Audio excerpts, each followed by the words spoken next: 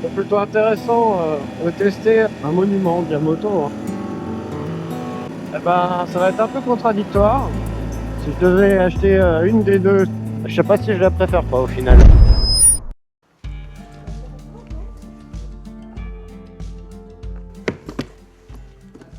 Salut le vacancier. Ça va? Hein, ça va et toi, Max? Ça va, ça va. Alors, ces vacances? Oh, super, super. Sans moto. Ouais, ça tient pas en soute, je pense. Non, ça tient pas. Arrête de faire de la moto là, t'as pas un truc? Un truc si. pour moi, un truc un peu Si, j'ai le bon truc. sérieux. J'ai le truc qu'il te faut, je crois. Arrête. C'est parti. Allez. Ah ouais. Tu m'as réservé un bon truc là. Ouais. Tu vas t'amuser avec ça.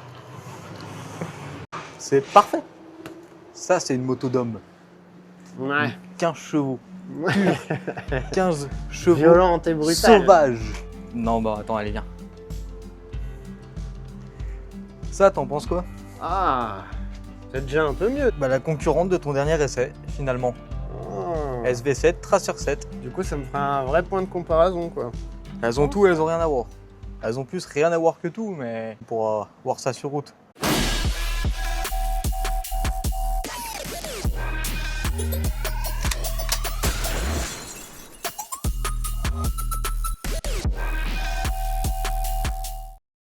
Bon alors du coup, Max, qu'est-ce qu'il y a à dire sur cette meule? Il y a plein de choses à dire. Pour le touring, le mec qui veut faire du voyage mais qui est bridé, c'est le top. Donc, Tracer 7, moteur tiré de la MT-07, le CP2. Mais par contre, tu as la bulle réglable. Ce que je reprochais à la SV7 GX dernièrement, pour une moto faite pour la route, t'as pas de régulateur. Ouais, c'est vrai. Là, tu accélères, tu appuies sur le bouton, tu as ton régulateur Donc là, automatique. t'appuies, ça met Ça le met. la vitesse où t'es quoi. C'est ça. Ok. Par rapport à la SV7, t'as pas de shifter. Ouais. C'est ça qui est un peu dommage pour une moto sur laquelle tu veux faire de la route. Yamaha ont retravaillé les boutons clignotants.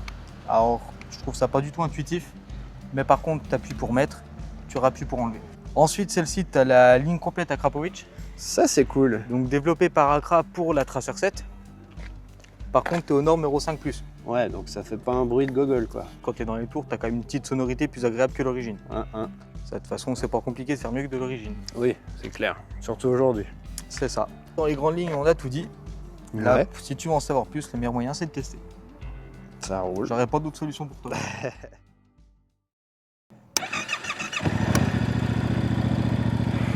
Bon allez. On va essayer cette Tracer 7 qui du coup est la concurrente directe de la SV que j'ai essayé en exclu. Ça va être intéressant d'avoir un point de comparaison. Ah déjà la moto est haute hein. Oh, faut que je règle un peu la poignée parce que oh, on peut pas sur cela, merde. Bon tant pis. Les poignées sont très grandes. Ah, pour aller atteindre l'embrayage, c'est compliqué. Déjà, premier abord, comme ça là, la position je la trouve pas. Je la trouve moins confortable que sur la SV. Les commodos, je les trouve assez gros. Les commandes elles tombent moins sous les mains. Alors l'embrayage est vraiment loin pour moi. Et le point de patinage il est en bout de levier complètement.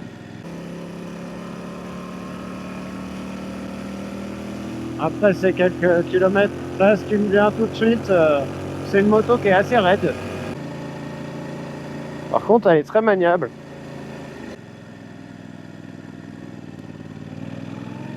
Ah, elle est très maniable.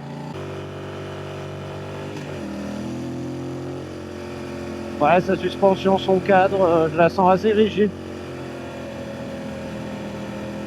Le point positif que je lui trouve, elle a un bon bras de levier, elle a un guidon très large, en contre-braquage, sans problème.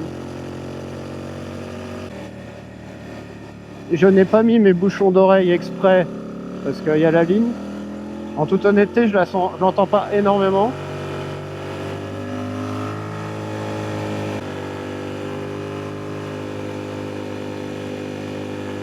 Ouais, la mise sur l'angle, la reprise, plutôt agréable.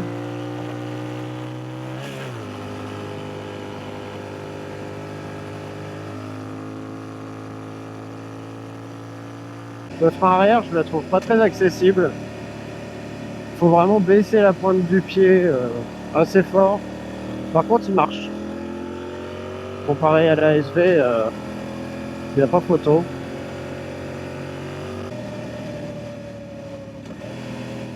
Alors le sélecteur est plutôt cool, il est plutôt agréable. Je la trouve un peu plus nerveuse que la SV. Le frein avant il a l'air mordant, plutôt bien. J'ai moins de difficulté à l'emmener sur l'angle. La position est quand même agréable. La selle est quand même relativement dure, donc je pense qu'au bout de plusieurs heures, je vais dire au revoir à son cul.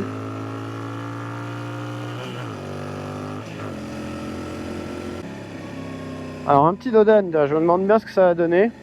On va le prendre un peu bourrin. Ouais, ça tape pas. En freinage, j'aimerais bien voir un peu ce que ça donne.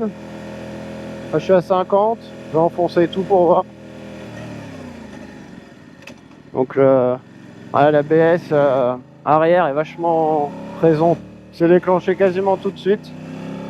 Maintenant on va la tester un peu en dynamique. Ouais, je trouve qu'elle s'essouffle plus vite. Hein. J'ai un bon couple au départ, assez linéaire. Bon après c'est 1 à 2, hein, on va pas se leurrer non plus. Hein. La poignée on a beau la tourner, il se passe plus grand chose. Je me pose la question à savoir si le clignotant se désactive tout seul au bout d'un moment ou pas.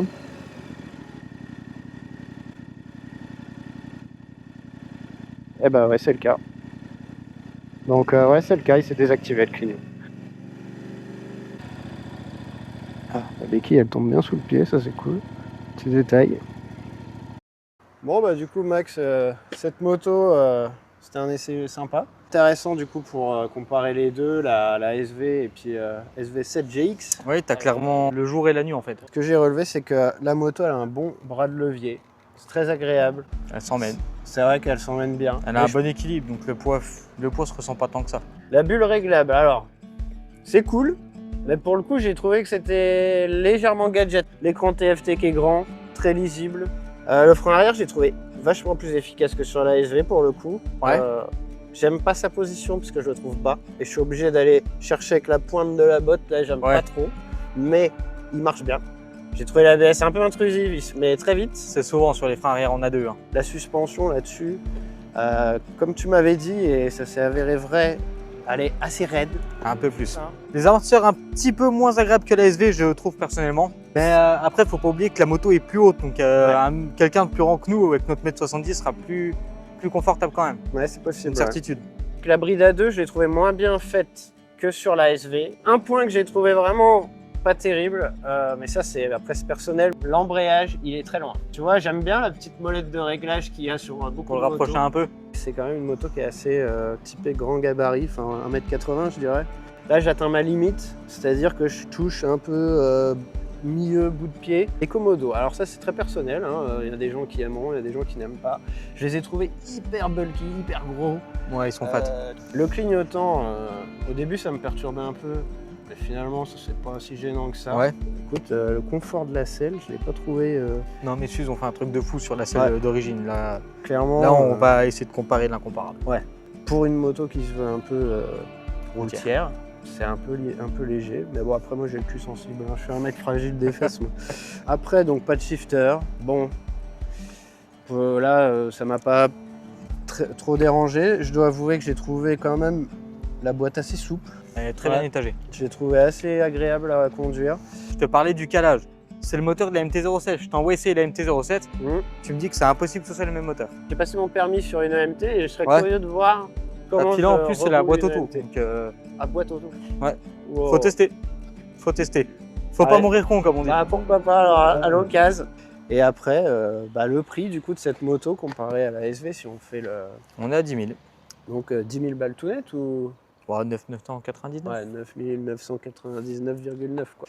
Et 10 499 pour la version GT. Pour finir, je me suis posé la question au final, si je devais choisir entre celle-là et la Suze, je prendrais la Suze. C'est pas les mêmes. Alors que la Suze, je la trouvais plus flat et moins joueuse. Les goûts et les couleurs. Hein. Et pourtant, après mon essai de la Suze, je ne l'aurais pas acheté. Comme quoi. Merci encore à Max pour l'essai, merci à vous d'être resté jusqu'au bout, et on se retrouve très vite pour de prochaines vidéos. Ciao.